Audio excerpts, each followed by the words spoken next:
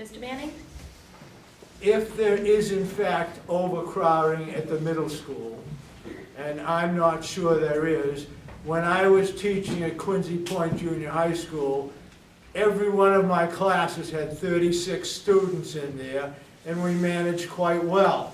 However, I would respectfully suggest that the sixth graders be returned to the elementary school under a system that existed for centuries, a 6-2-4 situation. Since there are vacancies in the elementary school with the opening of the East School, we have the capability of following that plan. And I can't see spending a terrific amount of money to build a new middle school. Thank you. Thank you. Ms. Falvey? I definitely suggest that we do submit the SOI. It's really out of our hands at that point because the state will come in. And whether we submit it as overcrowding or repair work, they're going to come in and they'll see the condition of the school and they'll see the number of students in the classroom. And they will work with us for the best solution. So, you know, do I want my tax bill to go up with the, you know, because we're going to build a brand new school? No, but you know what? We get 40% reimbursed from the state. The school is in disrepair, and our hand was forced when we submitted that SOI as repair only this last time, and I'm hoping that, you know, the state knows our 10-year plan and that school needs to be looked at in depth. Thank you. Thank you. Ms. Craig-War? Yes, I obviously, first I want to acknowledge that we need to continue collaboration with the selectmen because this is a decision made jointly by the school committee and the superintendent and the selectmen. As far as overcrowding is concerned, I think many could argue that by building a new school, we in essence in all of our buildings have places to house all of our children. Are they the best thing for their education? Should the mix be, like Bernie said, 6-2-4? My kids went 6-3-3, with ninth grade being at the middle school.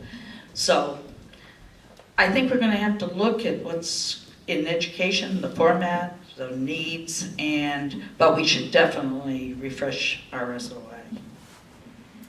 Thank you. We have a final question tonight. In recent years, there seems to be a rift or animosity between the schools and the public at large. How did this division occur, and what, if anything, can be done to fix it? Ms. Craig-War, you may go first. This is a very hard one for me personally because I sense that there's a lot of discontent out there. But I will be truthful and tell you I have not received a phone call in the last year about anything that we have done. Now, I can't believe after 27 years people don't know that I'm on the school committee. So it's kind of hard for me to find out, but I've always believed in outreach. I always believed that we should meet with anyone who would like to meet with us, telephone us, email us, or if we hear through the school department that different groups would like to have us come out and speak to them. So that would be my way of hoping to heal whatever rift there is out there. Thank you. Ms. Falvey? Well, that makes me sad that people think there's a rift. I think we've got a great school system, and I think it's something that we all should be very proud of because everybody contributes to it. I have not, like Chris-Ann heard, no one's called me, no one's emailed me. People who come to our meetings generally seem pleased. You know, if our communication is key, I guess I'd go back to that as a major issue, making sure that we're accessible. Our meetings will now be televised, so everybody will be able to watch us in action, and I will work with whoever wants to work with me in making things better. Thank you. Thank you, Mr. Manning.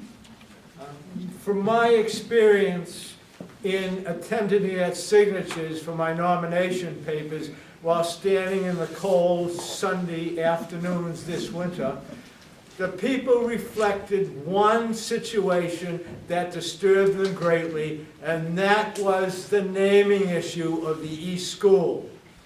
They wondered how the school committee had the arrogance or the stupidity to attempt to name a building they did not own. I suggested that they may have been advised by some authority that told them they did have that right. But whatsoever happened, they went ahead and created the great fiasco. Thank you. Mr. Estes?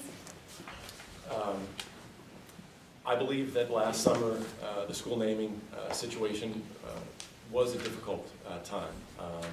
And I think it was handled badly by both sides. I don't think it should ever have come to a special town meeting. I think that there's a negative perception that shadows our school officials, and I think we have to work to erase that perception. I think that begins with outreach to the community. I think we have to increase our outreach and our transparency. I think we have to encourage more people to attend our meetings and go out to them if they don't attend. But it all begins with a recognition that we all make mistakes, and we can learn from those mistakes and move forward. And I think we owe it to our children to do that. Thank you. Mr. Shafter? I'm sorry to be inconvenienced. Could you repeat the question? No problem. In recent years, there seems to be a rift or animosity between the schools and the public at large. How did this division occur, and what, if anything, can be done to fix it? Well, as I said in my opening statement, I think a fresh voice, a new voice, an independent voice would probably be a start in the right direction. I also think you have to understand what is our common goal. And I would assume that most people, our common goal is a fiscally sound, quality public education. And how do you accomplish that? And so if you all share the common goal, you can get a lot done. And one thing that was very interesting to me, working on the PTO, the East Public School, East PTO, was that everyone is very loyal to their elementary schools here. And what we were able to do was to take 3 different communities, meld them into one. And I think, and if you see all the successful programs we have going on there, and the community building efforts we have, that kind of philosophy, that kind of proactive approach will only serve us well. We need a bridge builder with a proven record, like myself, of reaching across the aisle and working towards that common goal. Thank you. Thank you. And now we will go to closing statements. The speaking order will be the opposite of the opening statements. Please keep your closing statements to 1 minute. Mr. Estes, you may go first. Thank you for the opportunity to speak tonight. We all struggle every day in our personal lives to live within our means, and our town departments must do no less, including the school department. As the recent budget process has revealed, despite some misconceptions, cuts have been made across the board, including the school department. It is crucial that the negative perception of both the committee and the process be erased so that we can move forward with a fresh outlook and focus on not what has been, but what is possible. It's important to be cautious about spending these days, but in exercising financial prudence, we ought not sacrifice that which we hold dear. Fiscal constraint is necessary, but we are not a business. We are a community. All of us in Hingham want the same thing, for our children to experience the exemplary quality of education that our town is famous for, while acknowledging the difficult economic times we find ourselves in today. I am committed to ensuring that common goal is realized, and with your support, I look forward to getting to work.